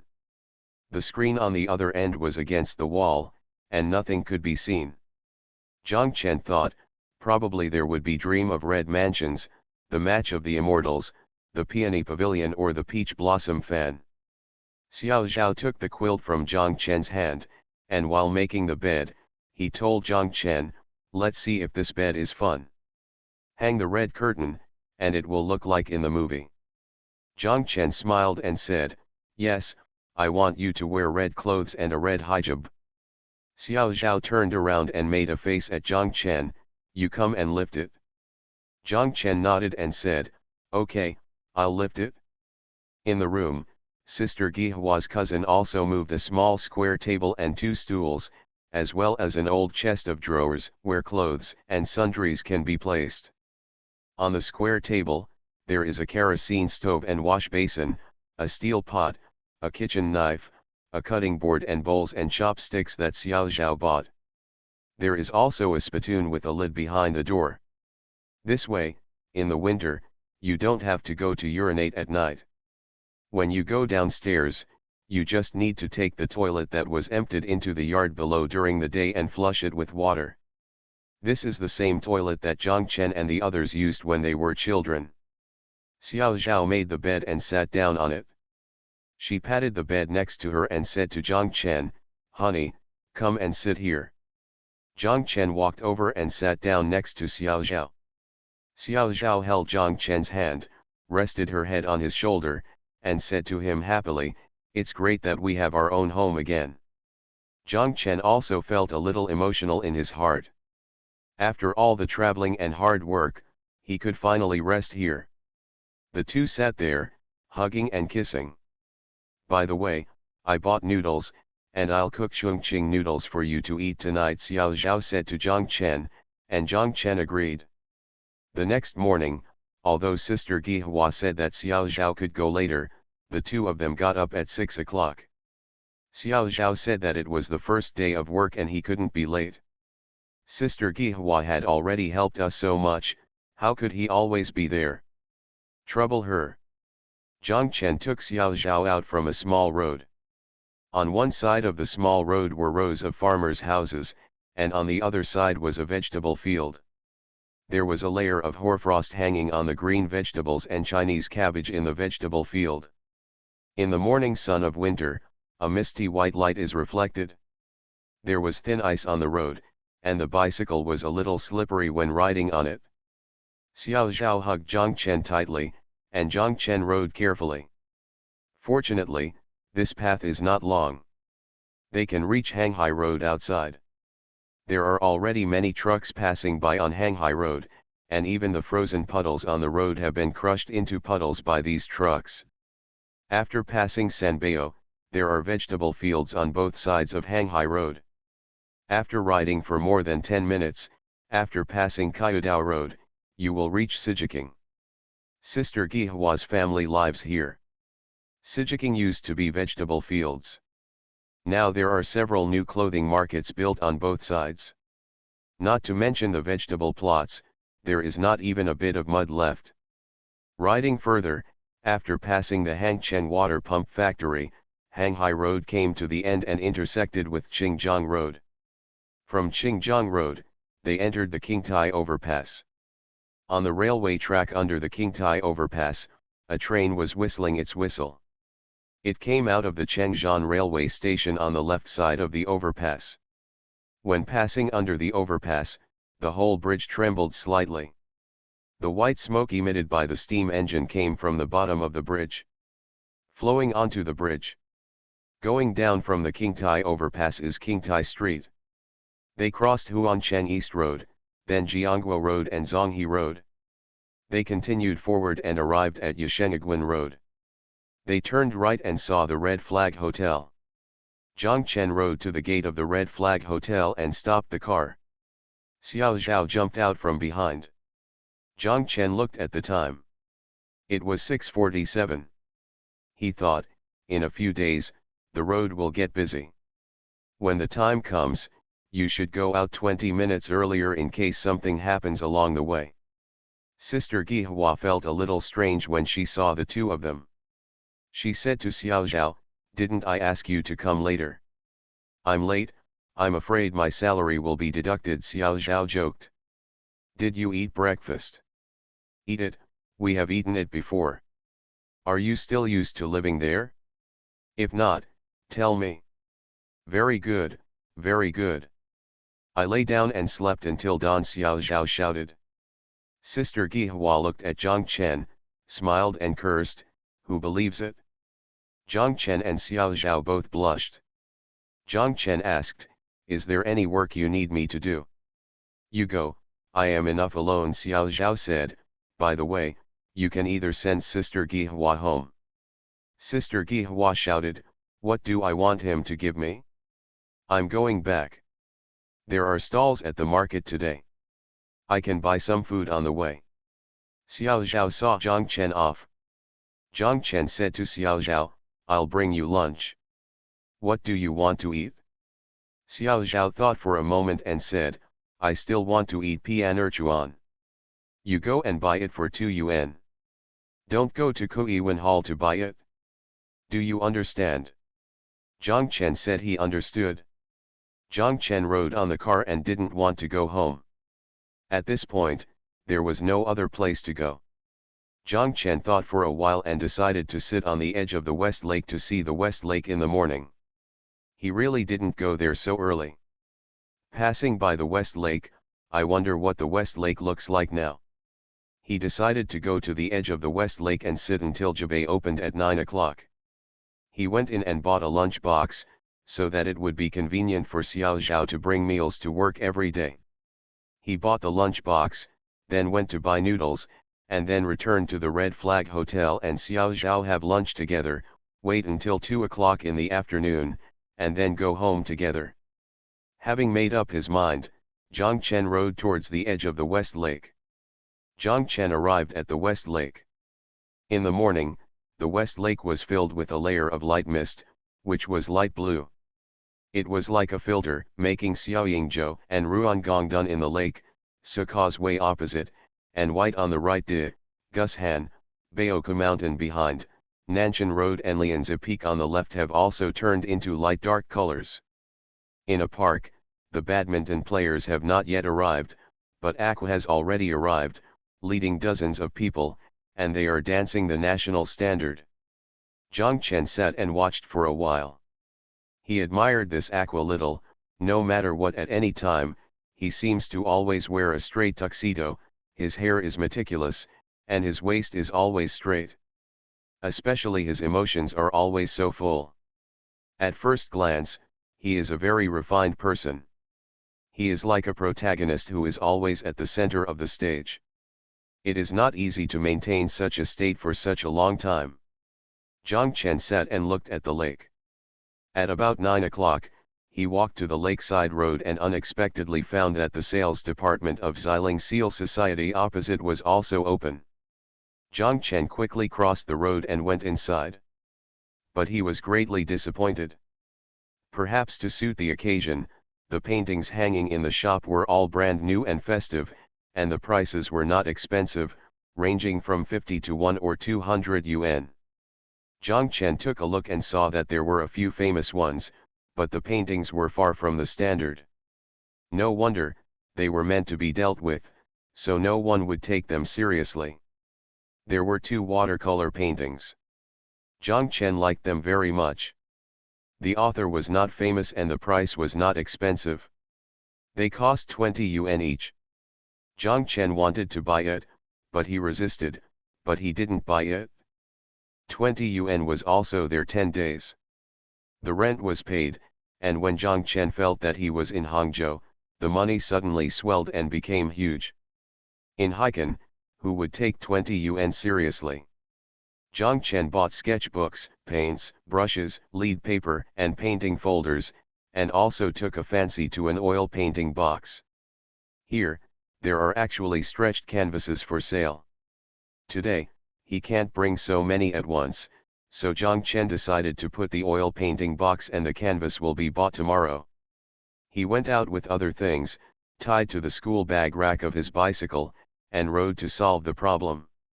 Zhang Chen bought a 3-drawer enamel lunchbox in Jibei that could be carried in the hand, and then went to that noodle shop. When Zhang Chen returned to the Red Flag Hotel, it was almost 11 o'clock. Xiao Zhao saw the painting folder on Zhang Chen's back and shouted happily, "My dear, are you going to start painting?" "That's right," Zhang Chen said, "aren't you going to find a job in a few days? You always have to have something to show others. I just thought that it would be more convincing if I could draw the works I designed." Xiao Zhao kept nodding. The Pentium Era, South to North. Author, Mei Xiniang. Chapter 408. Xiao Zhao called Zhang Chen, and the 2 of them went downstairs, brought up some bricks, and found a wooden board. They built a shelf against the wall and placed the kerosene stove on the shelf. In order to prevent oil smoke, they placed it on the wall behind the kerosene stove. Stapled a piece of newspaper, and after finishing all this, Xiao Zhao patted the table and said to Zhang Chen, "Okay, this table is yours now, you can draw." On their way back, they saw a vegetable market under the Qingtai overpass near Qingjiang Road. When they walked to the end of the bridge and walked under the bridge along Kaikshuan Road beside the bridge, they discovered that there was something special here. Under the bridge, on the Kaikshuan Road side, there is a row of 5 or 6 stalls selling cloth on one side of the road. Pieces of cloth hang down from the moso bamboo racks more than 2 meters high that are fixed on the stalls. They are colorful and full of flowers.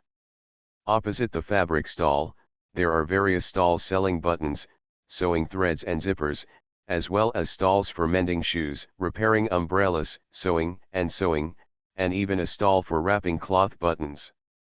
Go in from Kaikshuan Road. Don't turn along Kaikshuan Road. Instead, keep going straight along the wall of Qingtai Overpass and Hangchen Waterworks. You will reach a bridge opening. In the bridge opening, there are several stalls selling hardware and daily groceries. After passing through the bridge hole, you will reach the side of Qingjiang Road. There are vegetable stalls on both sides of the road. If you continue walking, you will reach a vegetable market. The 2 of them bought vegetables at the market. Xiao Zhao went back to the cloth stall and pulled out a piece of floral cloth. She said it was for curtains. Zhang Chen cut out a whole piece of lead drawing paper and lay on the table to draw. Xiao Zhao cooked rice in the rice cooker and then stir-fried vegetables on the kerosene stove. The 2 of them were busy separately. The small room was soon filled with there is a warm home atmosphere. Xiao Zhao would take advantage of the break in cooking to come over and stand behind Zhang Chen, with her chest against the back of Zhang Chen's head and a spatula in her hand. She would hold Zhang Chen's head between her elbows and give him a hug. Zhang Chen would tilt his head back softly, and Xiao Zhao lowered his head, kissed him on the forehead, and then went back to continue cooking. The next day, Xiao Zhao changed to the middle shift. The two of them put the leftovers from lunch into the lunch box. Xiao Zhao also found his and Zhang Chen's underwear from the chest of drawers. Zhang Chen asked her what she was doing. Xiao Zhao said, "Take a bath. Do you still want to take a bath in the bathroom on the street here? There are many people, but money is also needed. Why don't you enjoy the benefits of family members of the Red Flag Hotel?" Zhang Chen thought that he was right. After dinner, he had to wait for Xiao Zhao to get off work anyway, so it was okay to sit there. Xiao Zhao said, "From now on, we can go to the work to take a shower when I am at middle school. If you are here, I can leave. Open." Zhang Chen said yes. At 1:40, Zhang Chen sent Xiao Zhao to his work, but went to the sales department of Xiling Seal Society and bought an oil painting box, canvas, and oil paints. He hesitated for a long time while standing in front of an easel. And finally gave up. "You can paint anywhere on the table or stool. Why waste the money? It's better to go to Tianxianglu to buy some braised vegetables." They heated up the food on the brazier, had dinner, and took turns upstairs to take a bath. It has already been fully booked, and there are no beds even in the bunk beds in the corridor. Apart from delivering boiling water to the guest's room once in the evening, there is nothing else to do. The most I can do is hand out keys and collect them in the duty room. When Xiao Zhao went upstairs to deliver boiled water, some men saw such a beautiful waiter like Xiao Zhao and wanted to strike up a conversation. However, when they walked to the duty room and saw Zhang Chen, they could tell at a glance what kind of relationship the two of them had, so they had no choice but to walk calmly. The two sat by the fire and chatted. By 9 o'clock, Ziyulian had not been seen. It was not until almost 10 o'clock that she hurried in from outside the door. As she walked, she shouted to Xiao Zhao, I'm sorry, something at home has delayed me." Xiao Zhao smiled and said, "It's okay, Sister Ziyulian. If you have something to do at home in the future, just come here later. We warm up by the fire here, and it's a little warmer than going home, don't you think?" Zhang Chen quickly nodded and said yes. Zhang Chen knew in his heart that this Ziyulian's words about family troubles were all lies. Most of them were still playing mahjong, lying on their backs and unable to stand up. If there was anyone in the unit who would take advantage of Xiao Zhao in the future, Zhang Chen would have known it early, and it would be Ziyulian. Zhang Chen thought this, but didn't say anything.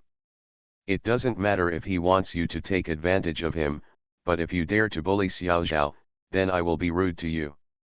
Even if you are a local, we are in your eyes, just two guys. Zhang Chen spent 2 days drawing out several projects he had designed from memory. He also took a stool and placed the stretched canvas frame on the stool against the wall. He wanted to give it to the little boy. Zhao painted a portrait. The two tasks were carried out almost at the same time. After painting for a day, Zhang Chen was very satisfied with himself. He felt that his hands were not raw. When drawing the portrait, Zhang Chen naturally thought of Gu Shufang. Now when he thinks of Gu Shufang, he feels that Gu Shufang is also very far away. Zhang Chen himself also feels strange, why when he is with Xiao Zhao, other women everything has become very far away, even if it was once so familiar to every inch of the skin, it is now far away. Sometimes he was even in a trance, wondering if these women really existed in his life. Xiao Zhao is like a screen surrounding the sleeping bed, surrounding all the women outside the sleeping bed. Xiao Zhao was sitting on the bed and suddenly smiled when he saw Zhang Chen drawing. Xiao Zhao wondered, why are you smiling? Why aren't you laughing? Zhang Chen still laughed. Come here.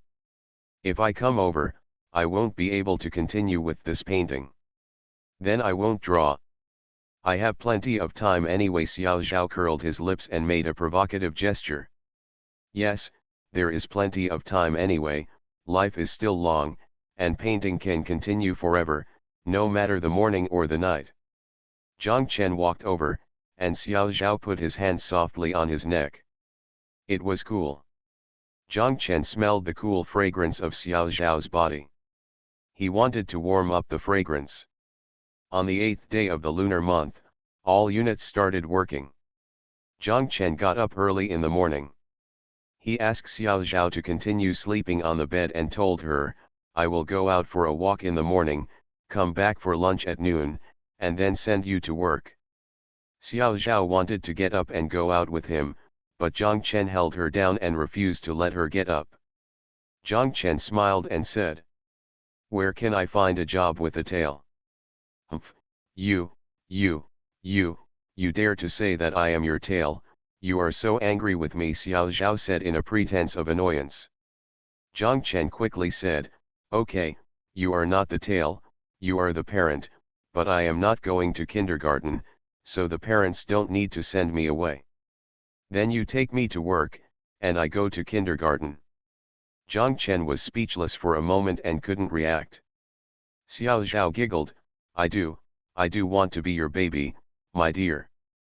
"Okay, be good then, baby. By the way, dear, if I go with you, do you think it will bring you good luck?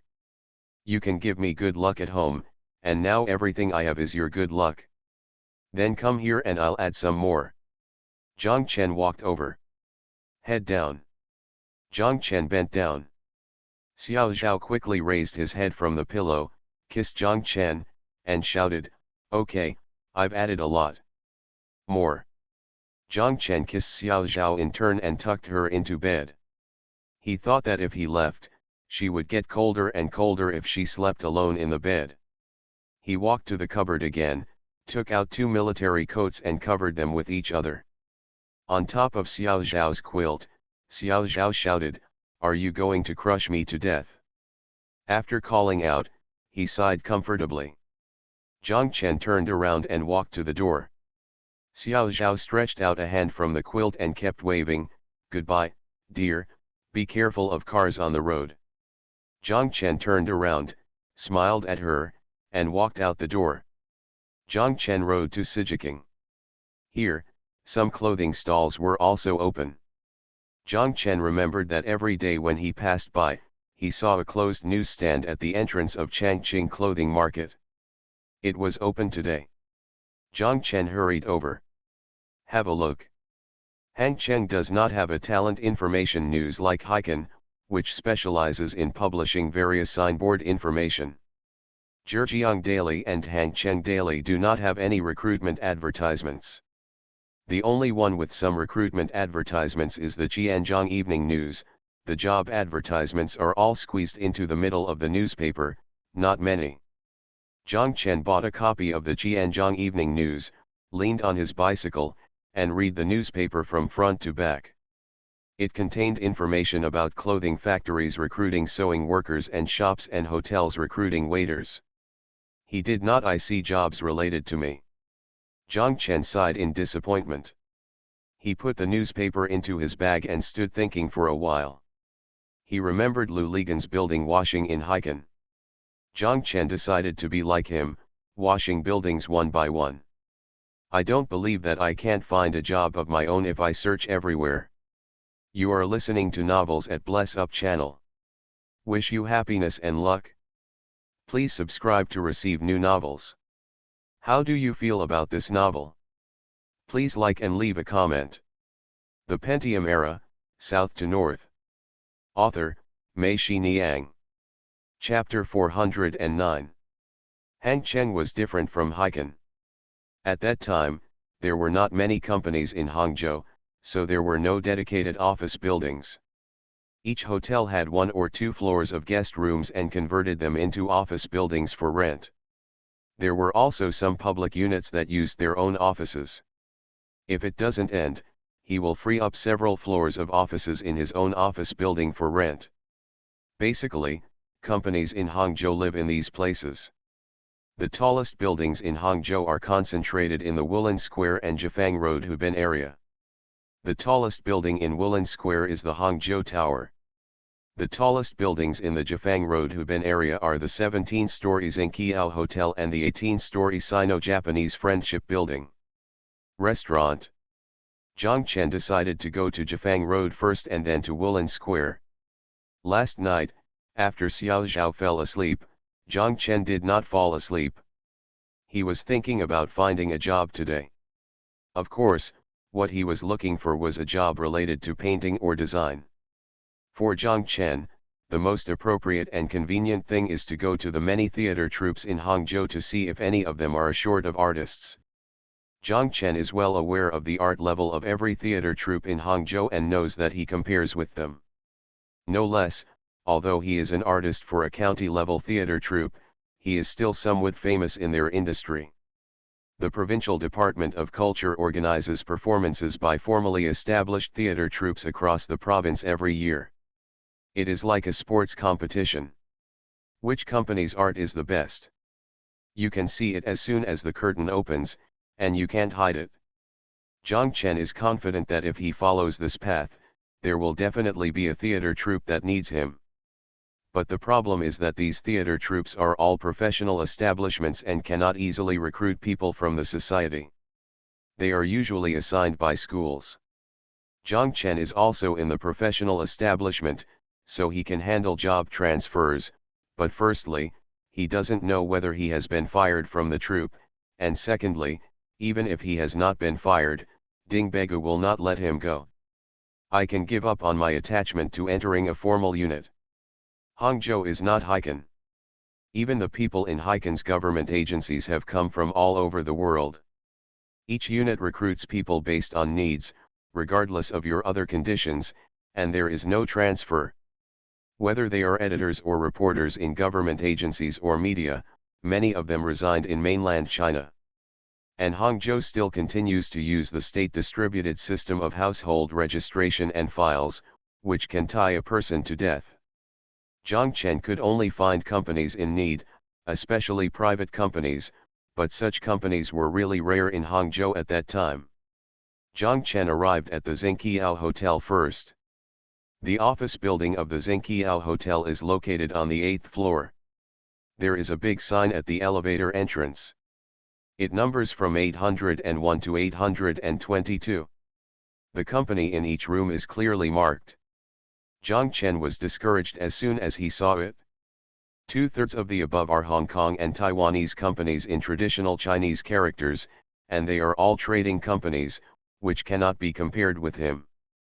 There are also a few simplified Chinese characters, which are also several large state-owned enterprises in the province. Their offices in Hangzhou have nothing to do with him.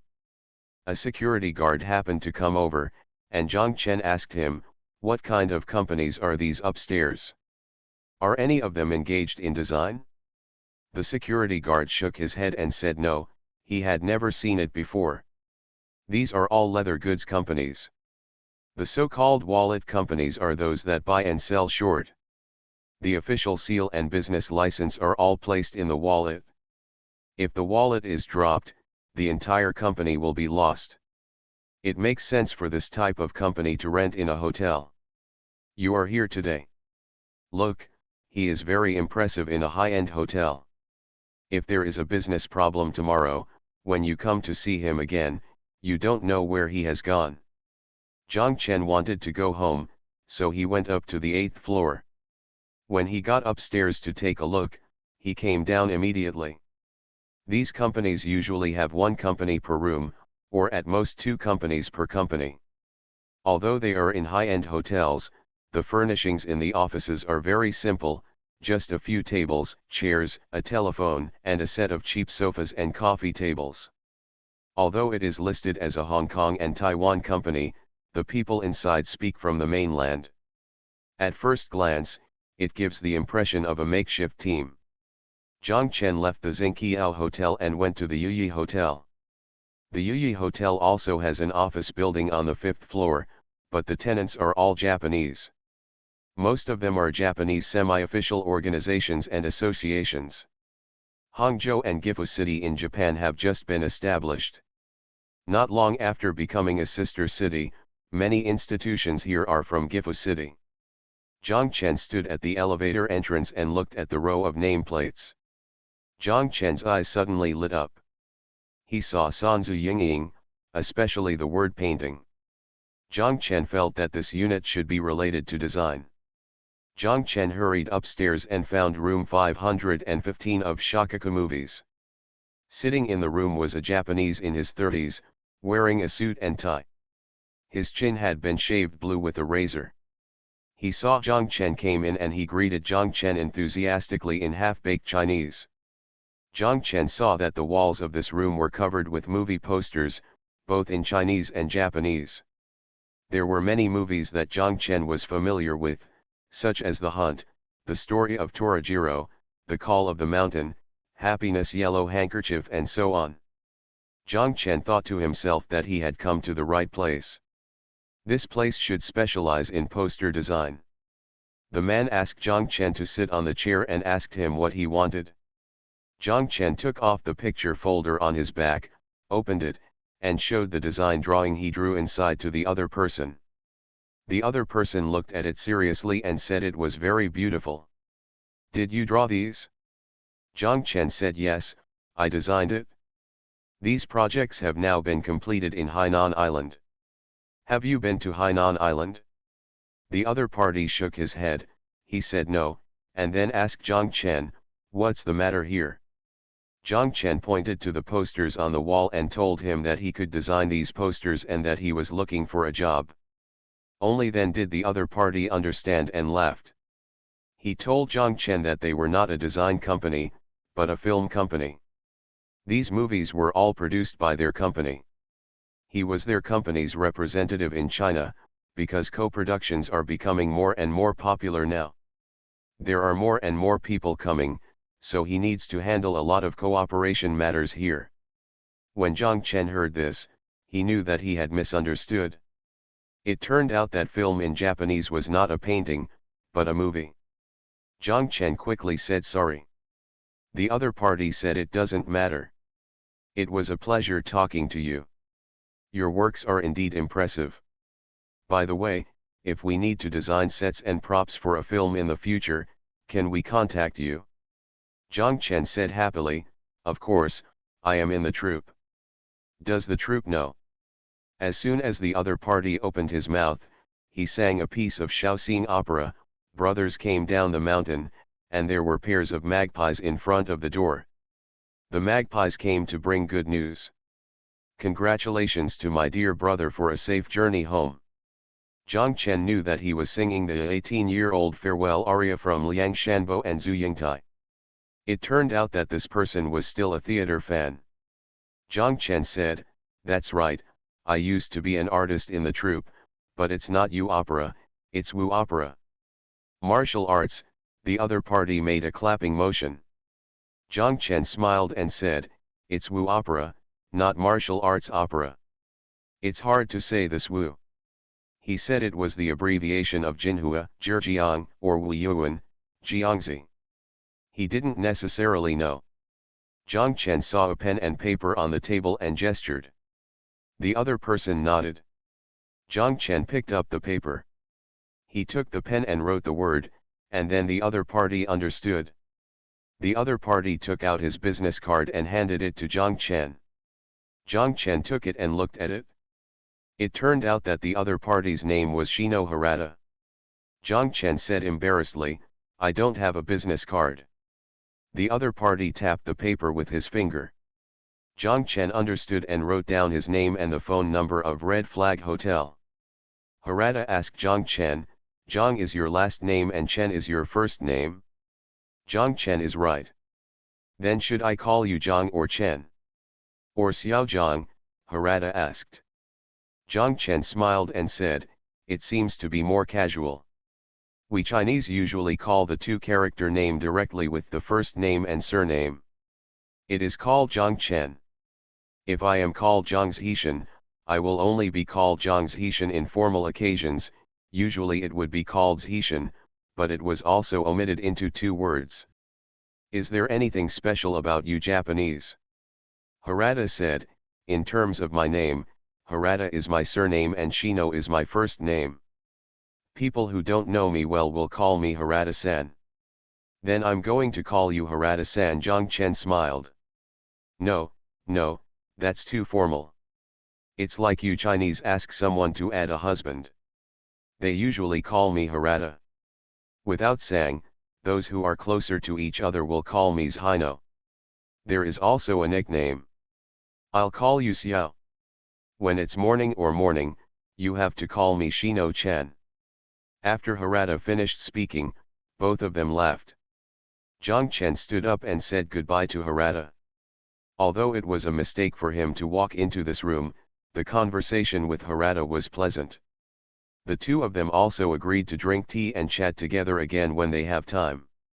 When Zhang Chen walked out of the friendly hotel, he looked at his watch and saw that it was already 11 o'clock. Xiao Zhao was still waiting for him to go back to eat, so Zhang Chen rode back. The Pentium Era, South to North. Author, Mei Xiniang. Chapter 410. When Zhang Chen returned home, Xiao Zhao asked him how he was doing. Zhang Chen told her about meeting Shino Harada. Xiao Zhao laughed. She said that the Japanese are really funny. Adding a sauce means intimacy.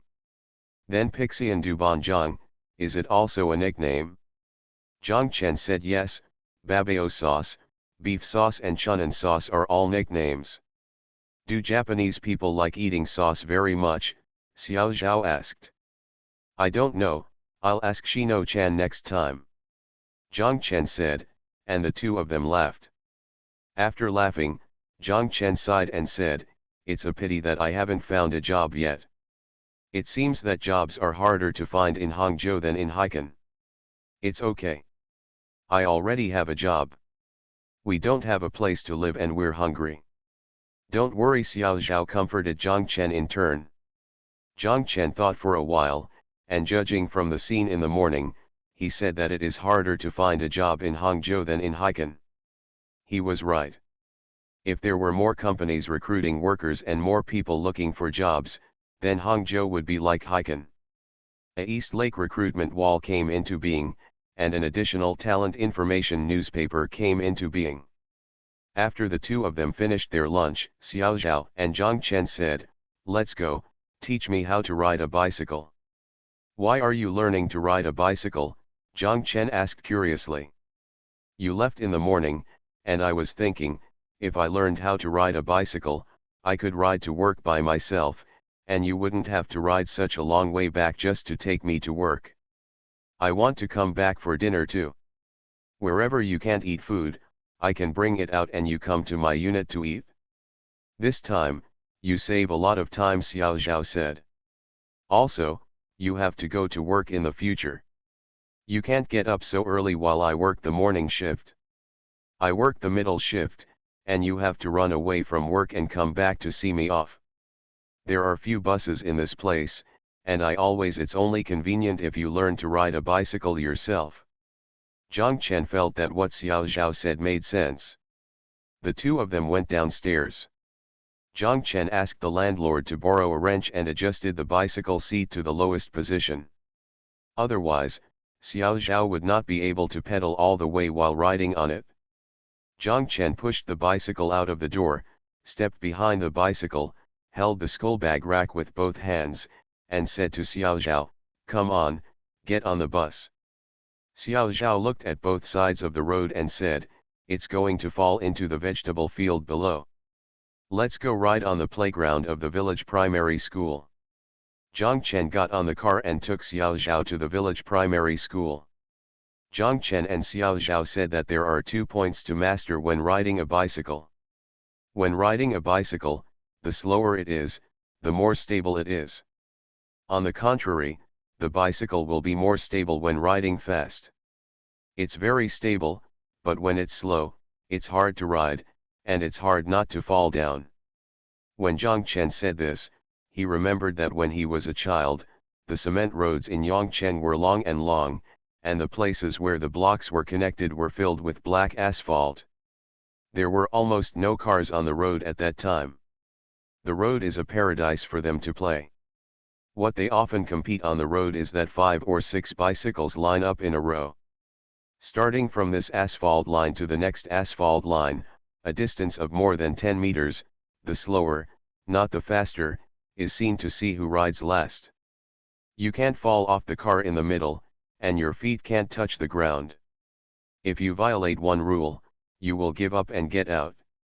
The bicycles in a row were swaying, and everyone kept shaking their heads, trying to control their center of gravity so as not to fall to one side. They also pedaled backwards with their feet, and the chains squeaked, trying to slow down the bikes. The most powerful guy can stay on the same spot for a minute or two without falling over.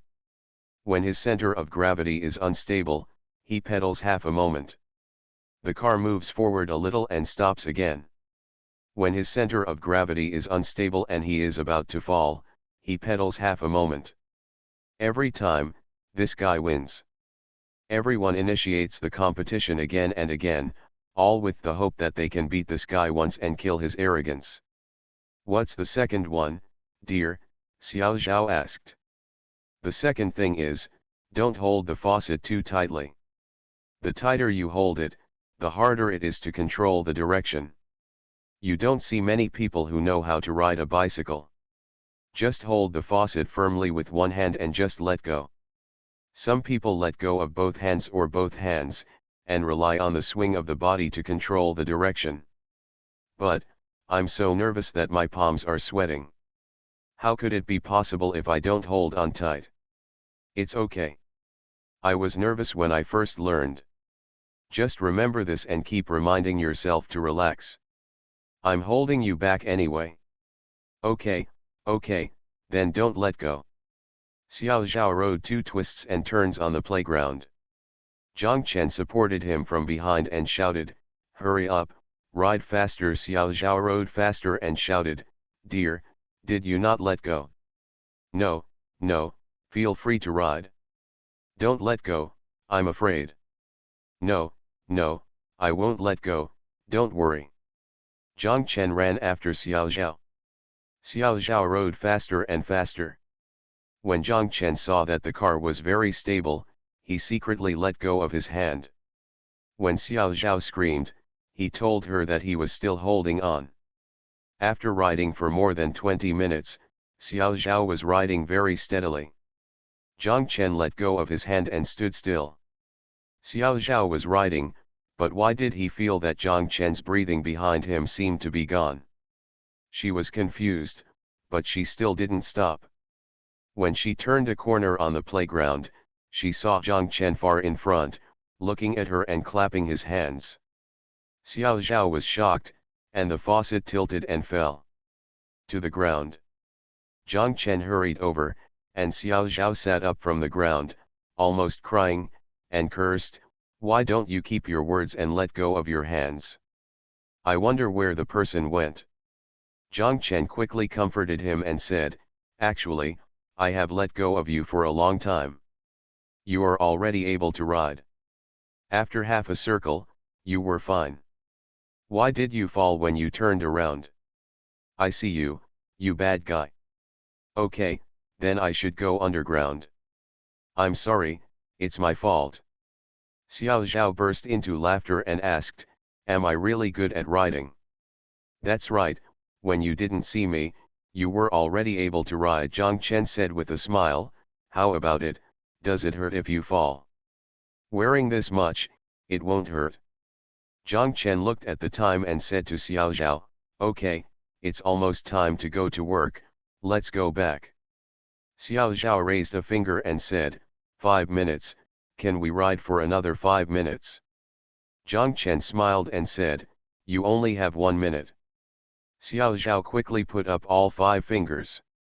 The two of them rode again, and Zhang Chen kept running behind him, humming out of breath while running, which made Xiao Zhao feel at ease. Zhang Chen saw that Xiao Zhao was riding steadily, and he quietly straddled his legs and sat on the school bag rack.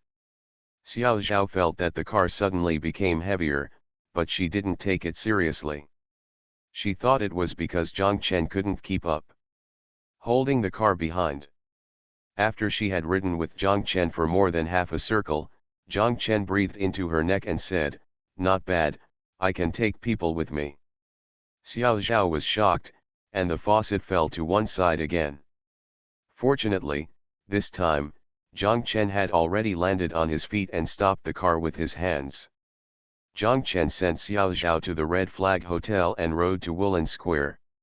Woolen Square, Hangzhou people are still used to calling it Red Sun Square because the Zhejiang Exhibition Hall behind the square was called Red Sun Exhibition Hall when it was built in 1969.